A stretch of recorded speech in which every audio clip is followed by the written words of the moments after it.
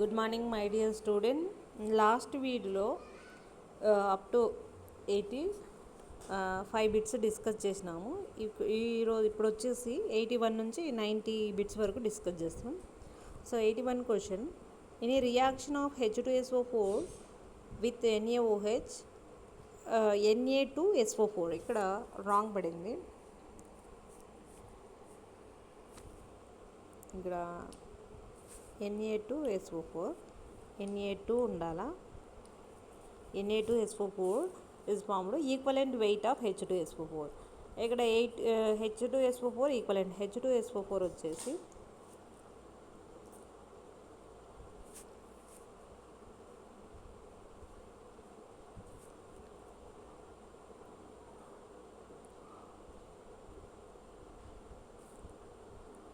Equivalent wait H2SO4 molecular weight వచ్చేసి 98. ఇక్కడ equivalent weight అడిగారు. ఈక్వలెంట్ వెయిట్ అయినప్పుడు H2SO4 ఎలా డిసోసియేట్ అవుతుంది? It gives rise to 2H plus SO4 2 minus SO4. It releases the 2H plus.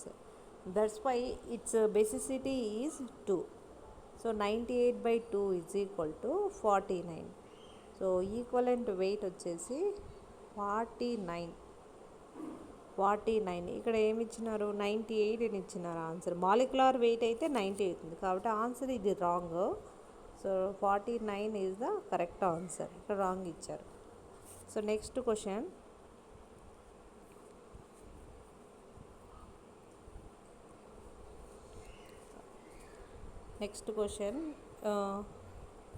if 5.85 grams of sodium chloride are dissolved in water and the solution is made up to 0.5 liter, the molarity of the solution. ఇక్కడ మనం formula రాసుకోవాలా. First ఇక్కడ రాసుకున్న weight is equal to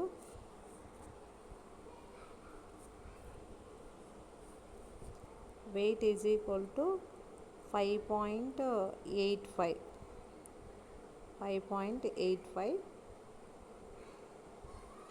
volume is equal to 0.5 litres. So formula వచ్చేసి molarity is equal to weight by gram molecular weight into 1/V లీటర్స్లో అయితే ఈ వెయిట్ ఎంత ఇచ్చినారు? 5.85 బై ఇక్కడ sodium chloride gram molecular weight మీరు క్యాలిక్యులేట్ చేసుకోవాలా. Sodium molecular atomic weight 23, chlorine 35.5, రెండు యాడ్ చేస్తే 58.5 అవుతుంది.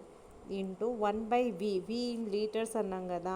ఒకవేళ వాల్యూ మిల్లీ లీటర్లో వేస్తే ఫార్ములా ఏమవుతుంది? Wait by gram molecular weight into 1000/V in ML అవుతుంది. ఇక్కడ లీటర్లో ఇచ్చినారు కాబట్టి డైరెక్ట్ 0.5 లీటర్స్ వేసుకున్నాము. ఇక్కడ మనకు ఇక్కడ 0.0 ఇక్కడ 558.1 58 ఇక్కడ పాయింట్ పెట్టుకుంటే పాయింట్ ఇక్కడికి వస్తుంది. సో 0.1 వస్తుంది. 0.1/0.5 తీసేస్తే మనకి ఆన్సర్ వచ్చేసి క్యాలిక్యులేట్ చేస్తే 0.2 వస్తుంది.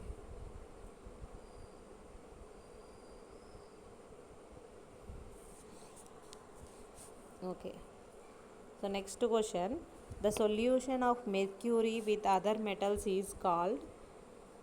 సొల్యూషన్ మెర్క్యూరీ గానే ఉంటే ఆ సొల్యూషన్ ఏమంటారంటే అమాల్గమ్ సొల్యూషన్ అంటారు. మెర్క్యూరీ ఉంటే ఏమవుతుంది?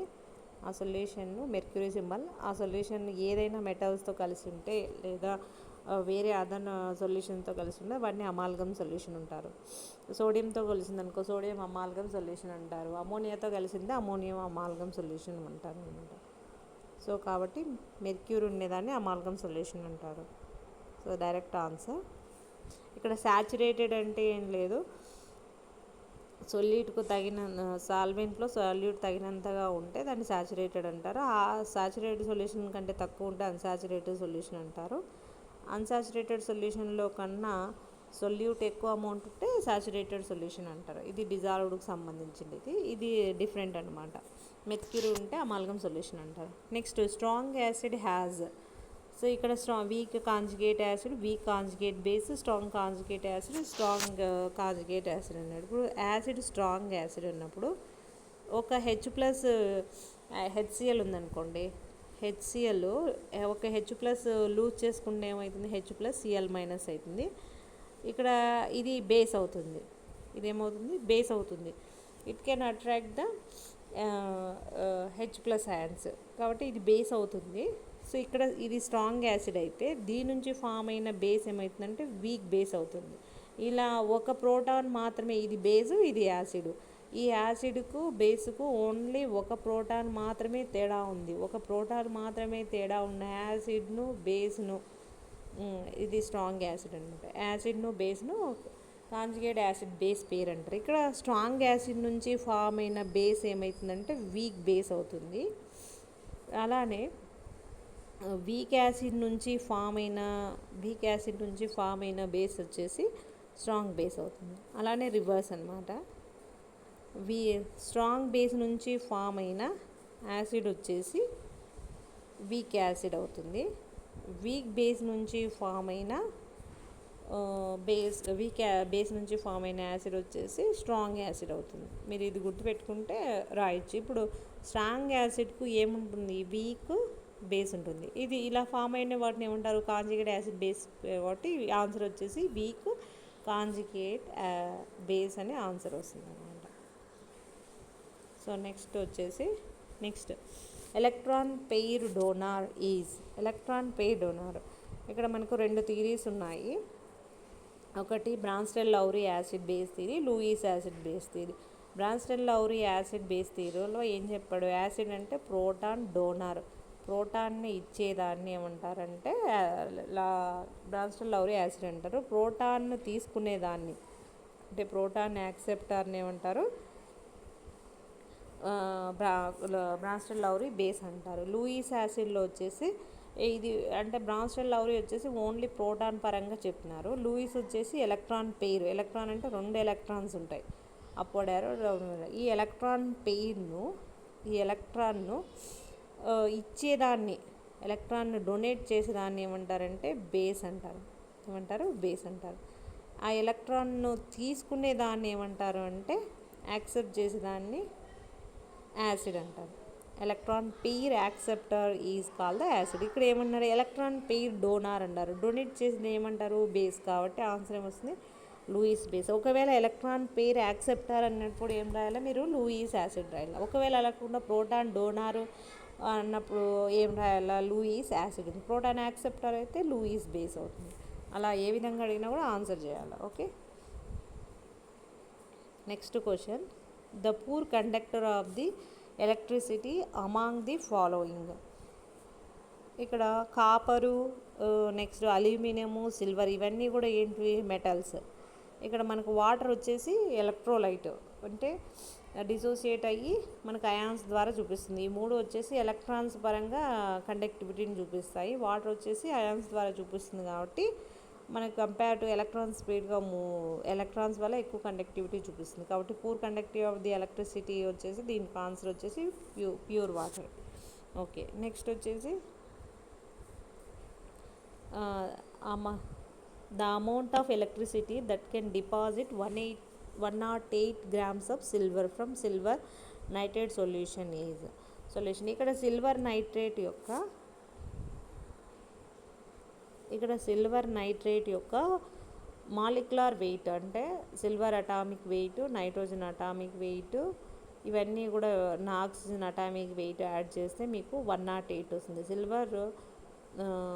సిల్వర్ నైట్రేట్ యొక్క మాలిక్యులర్ వెయిట్ ఎంత, 108. ఈ 1 మాలిక్యులర్ వెయిట్ అంటే ఒక మాలిక్యుల్ యొక్క మాలిక్యులర్ వెయిట్ ఎంతైతే అంత డిపాజిట్ చేయడానికి ఎప్పుడైనా 1 ఫారడే ఆఫ్ ఎలక్ట్రిసిటీ అవసరమవుతుంది. అంటే ఏంటి, 96,500 కూలుమ్స్, 96,500 కూలుమ్స్ ఆఫ్ ఎలక్ట్రిసిటీ అవసరమవుతుంది. లేదా 96,000ని ఏమంటారు, 1 ఫారడే అంటారు. ఇక్కడ ఏమిచ్చినారు, the amount of electricity 108 grams అంటే దాని మాలిక్యులర్ వెయిట్ ఎంత ఉందో అన్ని గ్రామ్స్ ఆఫ్ సిల్వర్ను, ఈ సిల్వర్ నైట్రేట్ యొక్క silver nitrate gram molecular wait కాదు, సిల్వర్ గ్రామ్ మాలిక్యులర్ వెయిట్ అనమాట. Silver gram molecular wait, silver atomic weight silver atomic weight, ఇది మొత్తం సిల్వర్ నైట్రేట్ అయితే మాలిక్యులర్ వెయిట్ ఉంది, ఓన్లీ సిల్వర్ కాబట్టి ఇది అటామిక్ వెయిట్, తప్పు చెప్పాను. So silver atomic weight 108 deposit చేయడానికి మనకి ఎంత కావాలంటే 1 ఫారడే లేదా 96,500 కూలుమ్స్ అనమాట. సో దీని మాలిక్యులర్ వెయిట్ మనకు అవసరం లేదు. ఇక్కడ మనం ఎలక్ట్రోలైసిస్ చేసినప్పుడు క్యాథోడ్ దగ్గర ఎంత సిల్వర్ డిపాజిట్ అవుతుందంటే 1 ఫారడే యూజ్ చేసినప్పుడు ఇంత డిపాజిట్ అవుతే మనకి ఇన్ని కూలుమ్స్ ఇచ్చినప్పుడు ఎంత డిపాజిట్ అవుతుందని కూడా మనం క్యాలిక్యులేట్ చేయొచ్చు. ఇప్పుడైతే ఇది గుర్తుపెట్టుకోండి. అలానే కాఫర్ సల్ఫేట్ కానీ అలా డిపాజిట్ అయినప్పుడు కాఫర్ అటామిక్ వెయిట్ ఎంత అయితే అంత, మన కాఫర్ అటామిక్ వెయిట్ ఎంత 63.5 అయితే అప్పుడు ఆన్సర్ 1 ఫారడేకి కరెంట్ పాస్ చేస్తే 63.5 అలా వస్తుంది అనమాట. నెక్స్ట్ క్వశ్చన్ వచ్చేసి which of the following is false regarding the galvanic cell. Galvanic cell అంటే ఎలా ఉంటుంది? గాల్వానిక్ సెల్ వచ్చేసి కెమికల్ ఎనర్జీని ఎలక్ట్రికల్ ఎనర్జీగా మారుస్తుంది. ఫర్ ఎగ్జాంపుల్ బ్యాటరీస్ అనమాట. దీంట్లో 2 సెల్స్ ఉంటాయి, ఇది గుర్తుపెట్టుకోండి, నెక్స్ట్ క్వశ్చన్ కూడా యూజ్ అవుతుంది. దీంట్లో ఒకటి యానోడ్, ఒకటి క్యాథోడ్. సో ఈ రెండింటినీ కలిపి reverse you shaped salt bridge ఉంటుంది. సో ఇక్కడ ఆక్సిడేషన్ జరుగుతుంది, దీన్ని ఆక్సిడేషన్ హాఫ్ సెల్ అంటారు. ఇక్కడ రిడక్షన్ జరుగుతుంది, దీన్ని రిడక్షన్ హాఫ్ సెల్ అంటారు. సో ఈ రెండు వచ్చేసి మనకు ఒక వైర్ ద్వారా కనెక్ట్ అయి ఉంటాయి అన్నమాట. ఇది యానోడ్గా వర్క్ చేస్తుంది, ఇక్కడ ఆక్సిడేషన్ జరుగుతుంది. ఇది క్యాథోడ్గా వర్క్ చేస్తుంది, రిడక్షన్ జరుగుతుంది. సో ఏం చేస్తుంది గాల్వానిక్ సెల్ అన్న, నెక్స్ట్ వోల్టాయిక్ సెల్, ఇవన్నీ కూడా ఎగ్జాంపుల్స్గా చెప్పొచ్చు. డేనియల్ సెల్స్ ఇవన్నీ ఏం చేస్తుంది? కెమికల్ ఎనర్జీ అంటే కెమికల్ రియాక్షన్ ద్వారా ఎలక్ట్రికల్ ఎనర్జీని ప్రొడ్యూస్ చేస్తుంది. The electrolytes taken into the 2 beakers are different. Electrolytes ఇక్కడ ఒక ఎలక్ట్రోలైట్ ఉంటుంది, ఇక్కడ ఒక ఎలక్ట్రోలైట్ ఉంటుంది, 2 డిఫరెంట్ ఎలక్ట్రోలైట్స్ వాటి యొక్క మెటల్స్ను డిప్ చేసి ఉంటాం అనమాట. కాబట్టి 2 electrolytes are taken in 2 beakers are different. The reactions taking place are non spontaneous అని. ఇక్కడ కెమికల్ రియాక్షన్స్ ఎలా జరుగుతాయంటే ఇక్కడ ఒకటి యానోడ్గా ఒక మెటల్ను డిప్ చేసి ఉంటాం, క్యాథోడ్గా ఇంకొక మెటల్ డిప్ చేసినా ఆ రెండింటి మధ్య పొటెన్షియల్ డిఫరెన్స్ ఉంటుందన్నమాట. దేనికైతే ఆక్సిడేషన్ పొటెన్షియల్ ఎక్కువ ఉంటుందో అది ఆక్సిడేషన్ జరుగుతుంది, దేనికైతే రిడక్షన్ పొటెన్షియల్ ఎక్కువ ఉంటుందో దానికి రిడక్షన్ జరుగుతుంది అనమాట. నా పొటెన్షియల్ డిఫరెన్స్ వల్ల అక్కడ కెమికల్ రియాక్షన్, ఒకటి ఆక్సిడేషన్ ఒకటి రిడక్షన్ జరుగుతుంది. కాబట్టి ఇక్కడ స్పాంటేనియస్గా జరుగుతుంది. కాబట్టి ఇది గల్వానిక్ సెల్కి సంబంధించి రాంగ్ పాయింట్ అనమాట. Next to set up of this cell A salt bridge is required. Already నేను చెప్పిన ఒక సాల్ట్ బ్రిడ్జ్ అనేది ఇక్కడ డిప్ చేసినాం. కాబట్టి రాంగ్ అయినది ఏంటి? Third option. So next question వచ్చేసి ఇలాంటిదే. So what is the standard reduction potential of A cathode of galvanic cell if the standard EMF of the cell and standard reduction potential of the anode are 2.71 volts and minus 2.37 volts respectively. ఇక్కడ ఏమి ఇచ్చినాడు? Reduction potentials ఇచ్చినారు డైరెక్ట్గా, క్యాథోడ్ది ఇచ్చినారు. మీకు చెప్పాను ఇక్కడ anode ఉంటుంది, ఇక్కడ యానోడ్ ఉంటుంది, ఇక్కడ క్యాథోడ్ ఉంటుంది. క్యాథోడ్ ఎట్ సైడ్ ఉంది? రైట్ సైడ్ ఉంది. కాబట్టి మనకు ఈఎంఎఫ్ ఫార్ములా ఎలక్ట్రోకెమిస్ట్రీలో మనకి ఈఎంఎఫ్ ఫార్ములా ఏంటి? ఈఎంఎఫ్ ఈజ్ ఈక్వల్ టు ఈ రైట్ మైనస్ ఈ లెఫ్ట్. మనకు ఇక్కడ ఏమి ఇచ్చినాడు? క్యాథోడ్ ఇచ్చినాడు. క్యాథోడ్ కనుక్కోవాలి అంటే రైట్ సైడ్ ఉండేది ఏంటి? క్యాథోడ్ పొటెన్షియల్ కనుక్కోవాలి. లెఫ్ట్ సైడ్ ఏముంది? యానోడ్ ఉంది. లెఫ్ట్ సైడ్ ఏముంది? యానోడ్ ఉంది. రైట్ సైడ్ ఏముంది? క్యాథోడ్ ఉంది. సో లెఫ్ట్ సైడ్ పొటెన్షియల్ ఇచ్చినాడు. యానోడ్ పొటెన్షియల్ ఎంత ఇచ్చినాడు? స్టాండర్డ్ రిడక్షన్ పొటెన్షియల్ ఎంత ఇచ్చినాడు? 2.71 ఇచ్చినారు. మైనస్ 2.37 ఇచ్చినారు. మొత్తం ఈఎంఎఫ్ ఎంత ఇచ్చినారంటే 2.71. ఇప్పుడు మనకేమనుకున్నారు? What is the standard reduction potential of the cathode అన్నాడు. క్యాథోడ్ ఎటు సైడ్ ఉంటుంది? రైట్ సైడ్ ఉంటుంది. కాబట్టి ఈఆర్ ఈజ్ ఈక్వల్ టు ఏమవుతుంది? ఇది మొత్తం ఇటు సైడ్ వెళ్ళిపోతే ఏమవుతుంది? ER is equal to, so అంటే right side potential is equal formula ఏమవుతుంది? ఈఎంఎఫ్, ఇది ఇటు సైడ్ వస్తే ఏమవుతుంది? మైనస్ ఉండేది ఏమవుతుంది? ప్లస్ అవుతుంది. ఇటు సైడ్ వస్తే ఏమవుతుంది? మైనస్ ఉండేది ప్లస్ అవుతుంది. ఏమవుతుంది? ప్లస్ ఈఎల్ అంటే ఏంటి? Left side potential. ఈఎంఎఫ్ ఎంత ఉంది? ఈఎంఎఫ్ ఇక్కడ కింద రాస్తాను. ఈఎంఎఫ్ ఎంత ఉంది? టోటలు 2.71 ఉంది. నెక్స్ట్ ఇది యానోడ్ దగ్గర పొటెన్షియల్ ఎంత ఉంది? మైనస్ 2.37 ఉంది.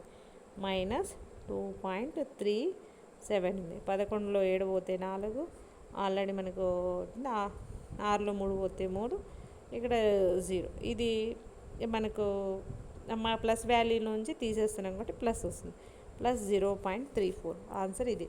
సో దీనికి సంబంధించి ఫార్ములా వచ్చేసి ఈఎంఎఫ్ ఈజ్ ఈక్వల్ టు ఈ రైట్ మైనస్ ఈ లెఫ్ట్. ఈ రైట్ అంటే right side cathode potential minus left side potential. దీనిపైన ప్రాబ్లమ్స్ వస్తాయి. సో మనం ఈ ఫార్ములా చేసినప్పుడు అన్ని ఆక్సిడేషన్ పొటెన్షియల్ రిడక్షన్ పొటెన్షియల్లోనే ఉంటారు. ఒక్కొక్కసారి ఆక్సిడేషన్ పొటెన్షియల్స్ కూడా ఇవ్వచ్చు మీకు వేరే ప్రాబ్లంలో. ఆక్సిడేషన్ పొటెన్షియల్ ఇస్తే మైనస్ ఉండేది ప్లస్ అవుతుంది, ప్లస్ ఉండేది మైనస్ అవుతుంది రిడక్షన్ పొటెన్షియల్కి మార్చుకున్నప్పుడు. అది గుర్తుపెట్టుకొని ప్రాబ్లమ్స్ చేసుకోండి. Okay, so next question.